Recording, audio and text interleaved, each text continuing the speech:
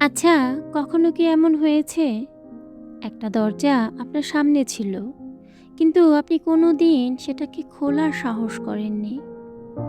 আমার জীবনে এমন একটা দরজা ছিল। প্রতিদিন তার সামনে দিয়ে যেতাম। প্রতিদিন মনে হতো আজ খুলব। কিন্তু শেষ পর্যন্ত ফিরে আসতাম। কারণ মানুষ অন্ধকারকে যতটা না ভয় পায়, তার চেয়ে বেশি ভয় পায় সত্যকে। দরজাটা ছিল বাড়ির একেবারে শেষ প্রান্তে।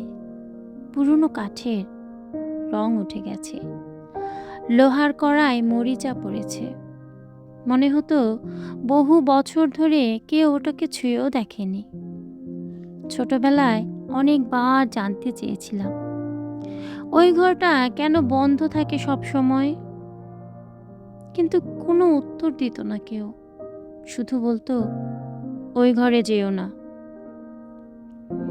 বয়স বাড়ার সঙ্গে সঙ্গে প্রশ্নগুলোও হারিয়ে গেল। জীবন ব্যস্ত হয়ে উঠল। তবুও মাঝে মাঝে সেই দরজার দিকে তাকালে মনে হতো ওটা যেন আমাকে ডাকছে। একদিন বিকেলবেলা হঠাৎ কারেন্ট চলে গেল। চারিদিকে অন্ধকার। ঘরের ভেতর একা বসে থাকতে থাকতে খুব বোর লাগছিল। হাঁটতে হাঁটতে আবার সেই দরজার সামনে গিয়ে দাঁড়ালাম।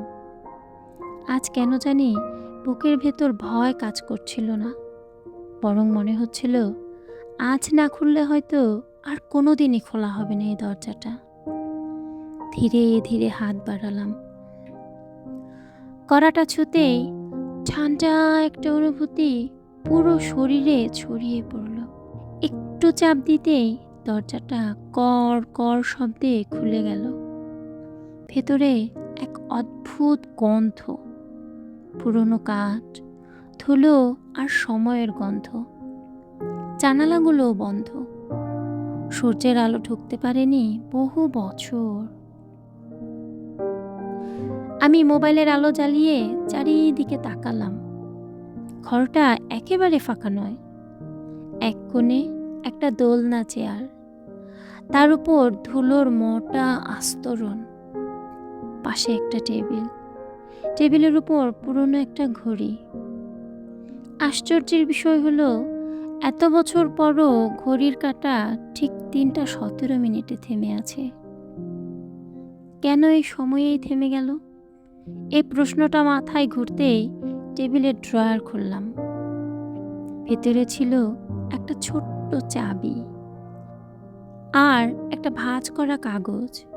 কাগজে মাত্র একটি লাইন লেখা, সময় থেমে যায় না, মানুষ থেমে যায়। লাইনটা পড়েই বুকটা কেঁপে উঠল। এই কথার মানে কি? চাবিটাই বা কোন তালার? ঘরের চারিদিকে খুঁজতে শুরু করলাম। হঠাৎ দেয়ালের একপাশে একটা কাঠের আলমারি চোখে পড়ল। এতক্ষণ অন্ধকারে সেটা চোখে পড়েনি। আলমারিতে তালা ঝুলছে।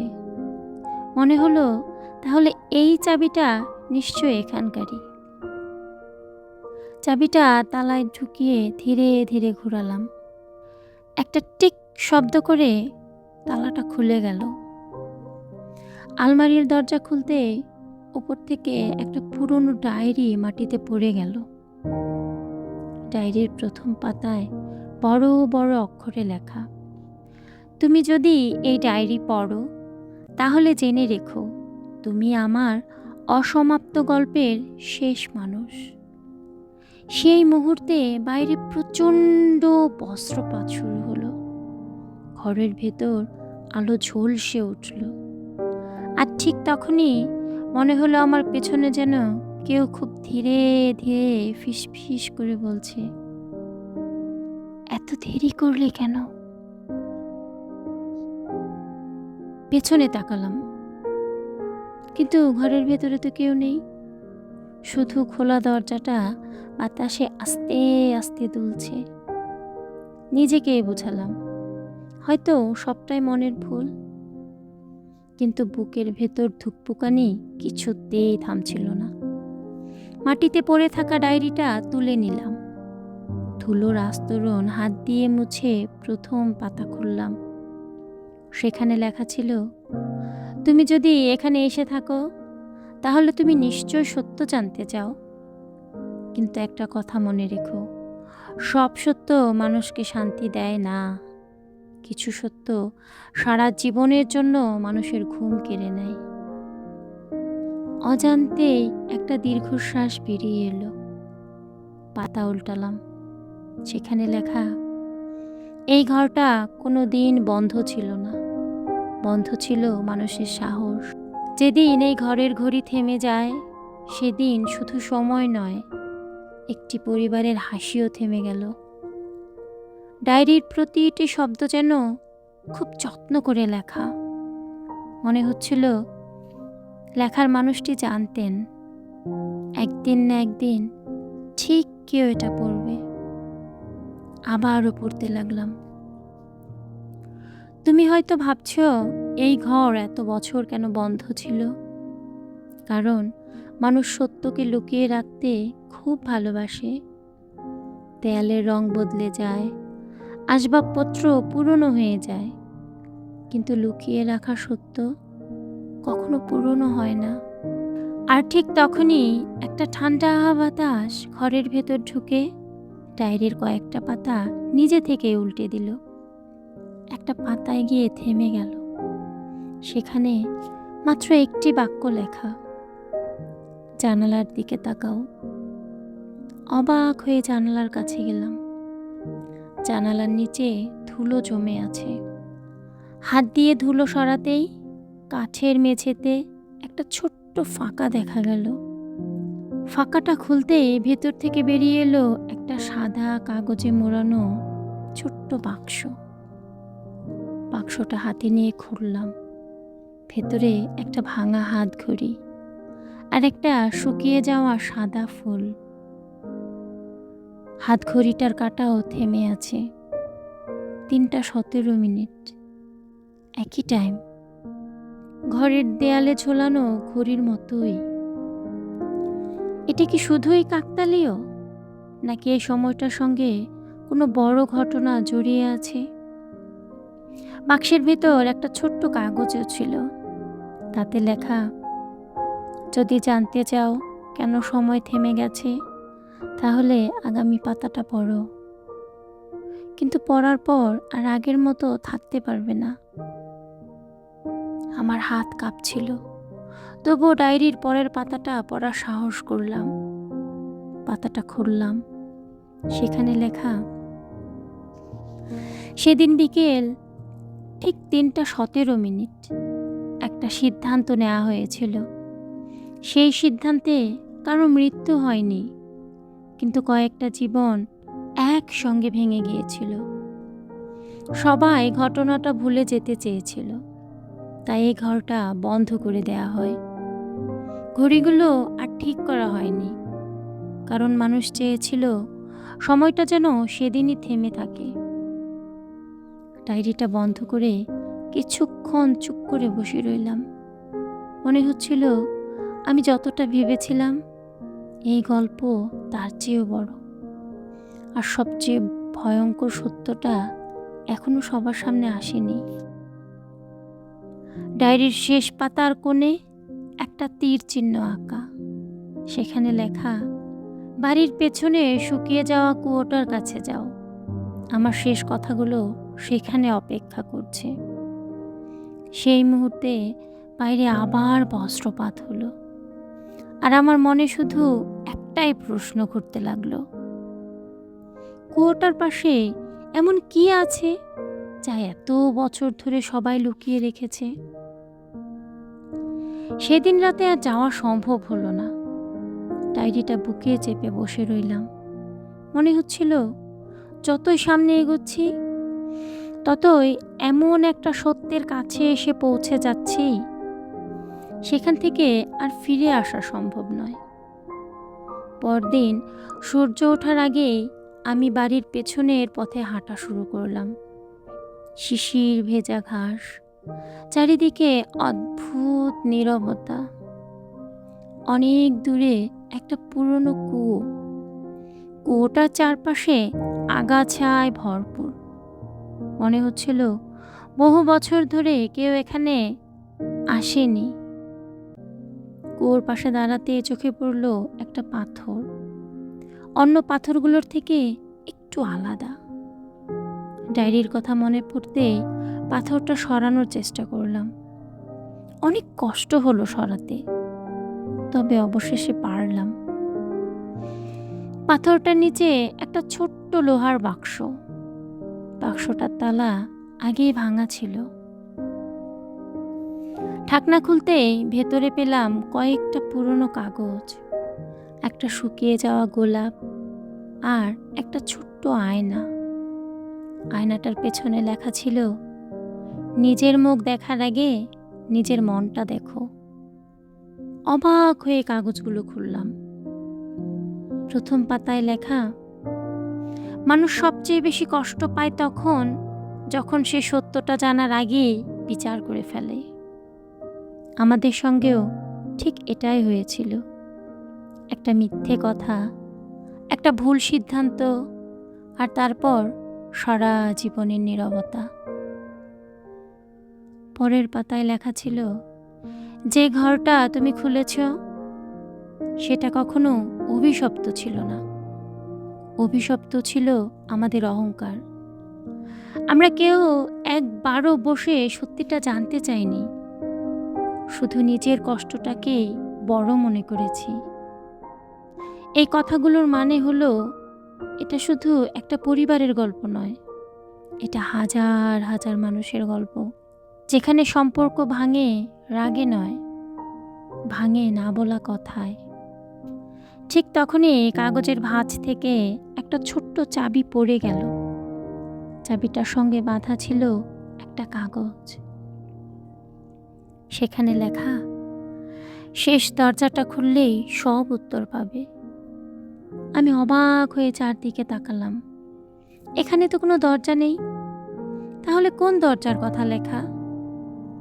হঠাৎ মনে হলো, বাড়ির চিলে কোঠায় একটা ছোট্ট কাঠের ঘর আছে, সেটাও বহু বছর ধরে তালাবদ্ধ। হয়তো সত্যের শেষ অংশটা সেখানেই লুকিয়ে আছে। চাবিটা শক্ত করে ধরলাম।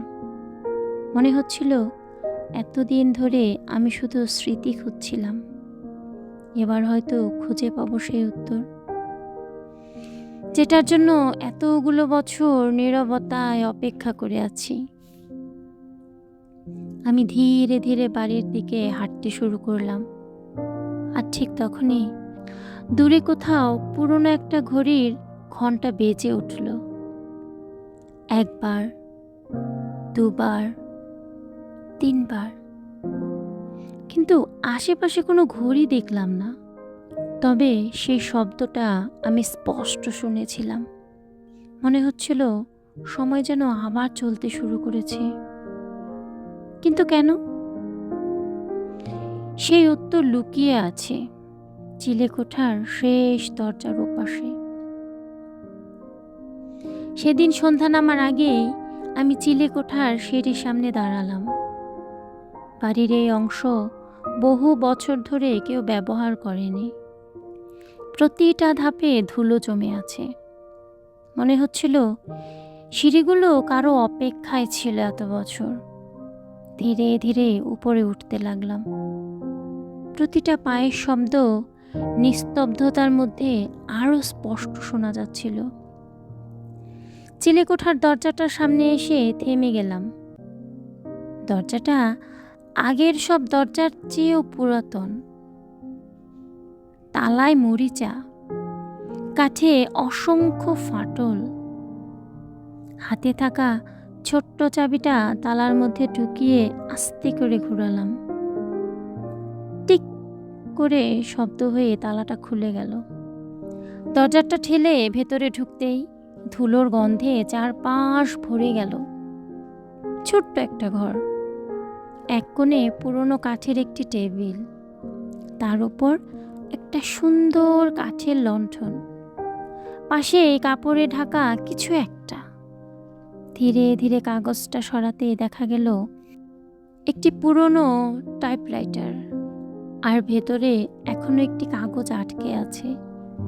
মনে হচ্ছিল কেউ শেষ লাইন লিখে আর ফিরে আসেনি। কাগজটা টেনে বের করলাম। তাতে লেখা, যদি তুমি এখানে পৌঁছে থাকো তাহলে বুঝে নাও, সত্যকে আর কেউ আটকাতে পারবে না। এই ঘরে কোনো রহস্য লুকিয়ে নেই, লুকিয়ে আছে মানুষের ভুল। আরেকটু নিচে লেখা ছিল, আমরা সবাই ভেবেছিলাম সময় সব ঠিক করে দেবে, কিন্তু সময় ক্ষত শুকায়, ভুল বোঝাবুঝি নয়। সেটা সরাতে লাগে একটি সত্য, একটি ক্ষমা, আর একটি সাহসী পদক্ষেপ। কেন যেন চোখের কোণে অজান্তেই জল জমে উঠল। ঘরের চারদিকে তাকাতেই দেয়ালে ঝুলানো একটি ফ্রেম চোখে পড়ল। ফ্রেমের ভেতরে কোনো ছবি নেই, শুধু সাদা কাগজ, নিচে ছোট্ট করে লেখা, যারা চলে যায় তারা সবসময় হারিয়ে যায় না, কখনো কখনো তারা আমাদের শেখায় কিভাবে বেঁচে থাকতে হয়। ঠিক তখনই জানালা দিয়ে এক ঝলক বাতাস এলো। টেবিলের নিচে পড়ে থাকা একটি খাম উড়ে এসে আমার পায়ের কাছে থামল। খামের ওপর লেখা, এটাই শেষ চিঠি। কাপা কাপা হাতে খামটা খুললাম। ভেতরে মাত্র কয়েকটি লাইন। যদি এত দূর পর্যন্ত এসে থাকো তাহলে একটা কাজ করো, এইবারই সব দরজা খুলে দিও, বাতাসকে ঢুকতে দিও, আলোকে প্রবেশ করতে দিও। কারণ বহু বছর ধরে এই বাড়ি অন্ধকারে নয়, নীরবতায় বন্দি। আর মনে রেখো, যে বাড়িতে কথা বন্ধ হয়ে যায় সেই বাড়ির দরজাগুলো একদিন নিজে থেকেই বন্ধ হয়ে যায়। চিঠিটা শেষ হতেই মনে হলো আমি কোনো লুকোনো ধন খুঁজে পেয়েছি জীবনের সবচেয়ে বড় শিক্ষা। আরও মনে হচ্ছিল এখনো কিছু একটা বাকি। চিঠির একেবারে নিচে ছোট্ট করে একটা লাইন লেখা ছিল, সেই সত্যটি বাড়ির মূল দরজার বাইরে অপেক্ষা করছে। আমি আর সময় নষ্ট করলাম না, ধীরে ধীরে সিঁড়ি বেয়ে নিচে নামতে শুরু করলাম। বুকের ভেতর তখন আর ভয় নেই, শুধু একটাই অনুভূতি, এতদিন ধরে বন্ধ ছিল, তবে সেটা দরজা নয়, বন্ধ ছিল মানুষের মন। চিলেকোঠা থেকে ধীরে ধীরে নিচে নেমে বাড়ির মূল দরজার দিকে এগিয়ে গেলাম। সূর্য তখন অস্ত যেতে শুরু করেছে। শেষ বিকেলের আলো বাড়ির উঠোনে পড়ে আছে। অনেক বছর পর আজ বাড়িটাকে অন্যরকম লাগছিল। মনে হচ্ছিল এতদিন ধরে এই বাড়ি শুধু আমার অপেক্ষাই ছিল। মূল দরজার বাইরে এসে চারিদিকে তাকালাম। না, কেউ নেই, শুধু হালকা বাতাস বইছে। ঠিক তখনই দরজার পাশে রাখা পুরনো একটু ফুলের টব চোখে পড়ল। টবের মাটি অন্যগুলোর তুলনায় একটু আলগা। অজানা এক অনুভূতিতে মাটি সরাতে শুরু করলাম। কিছুক্ষণ পর একটা ছোট্ট কাচের বোতল বেরিয়ে এলো। বোতলের ভেতরে ভাঁজ করা একটি কাগজ। এটাই শেষ চিঠি। কাগজটা খুলতেই প্রথম লাইনটা চোখে পড়ল, অভিনন্দন, তুমি শেষ পর্যন্ত সত্যের কাছে পৌঁছে গেছো। এখন তোমাকে আর কোনো রহস্য জানাতে চাই না, শুধু একটা কথা বলতে চাই। আমি গভীর নিঃশ্বাস নিয়ে শেষটুকু পড়তে শুরু করলাম। এই বাড়িতে কোনো অভিশাপ ছিল না, ছিল কিছু না বলা কথা, ছিল কিছু অহংকার, ছিল কিছু ভুল বোঝাবুঝি, আর ছিল অপেক্ষা। মানুষ যখন নিজের কষ্ট লুকিয়ে রাখে তখন একদিন সেই কষ্ট পুরো বাড়িকেই নীরব করে দেয়। তুমিও যদি কোনোদিন কাউকে ভালোবাসো তাহলে রাগ করে চুপ থেকো না, কারণ নীরবতা কখনো কোনো সমস্যার সমাধান নয়। নীরবতা শুধু দূরত্ব বাড়ায়, আর দূরত্ব একসময় মানুষকে অপরিচিত করে দেয়। চিঠির শেষ অংশে লেখা ছিল, আজ এই বাড়ির সব দরজা খুলে দাও, জানালা খুলে দাও। যা ভেঙে গেছে তা জোড়া লাগানোর চেষ্টা করো। আর যদি জোড়া নাও লাগে তবুও চেষ্টা করো। আফসোস যেন না থাকে, কারণ জীবনে সবচেয়ে বড় কষ্ট হারিয়ে ফেলা নয়, চেষ্টা না করার আফসোস। চিঠিটা ভাঁজ করে বুকের কাছে চেপে ধরলাম। তারপর একে একে বাড়ির সব দরজা খুলে দিলাম, জানালা খুলে দিলাম। বহু বছরের বন্দি বাতাস ধীরে ধীরে বাইরে বেরিয়ে গেল। নতুন বাতাস এসে ঘরের ভেতর ঢুকতে লাগলো। মনে হচ্ছিল এই বাড়িটা আবার শ্বাস নিচ্ছে। সেই মুহূর্তে বুঝলাম, বন্ধ দরজার ওপাশে কোনো ভূতের গল্প লুকিয়ে ছিল না, লুকিয়ে ছিল জীবনের সবচেয়ে বড় শিক্ষা। কখনো কখনো আমরা দরজায় তালা লাগাই না, তালা লাগিয়ে ফেলি নিজের মনেও।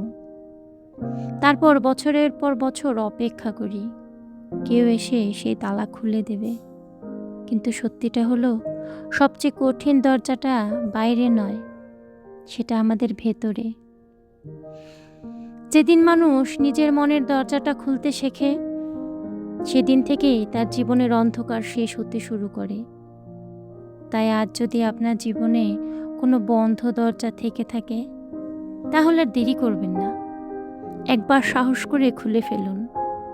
হয়তো ওপাশে ভয় নয়, আপনার নতুন জীবনের শুভারম্ভ অপেক্ষা করছে আপনার জন্য।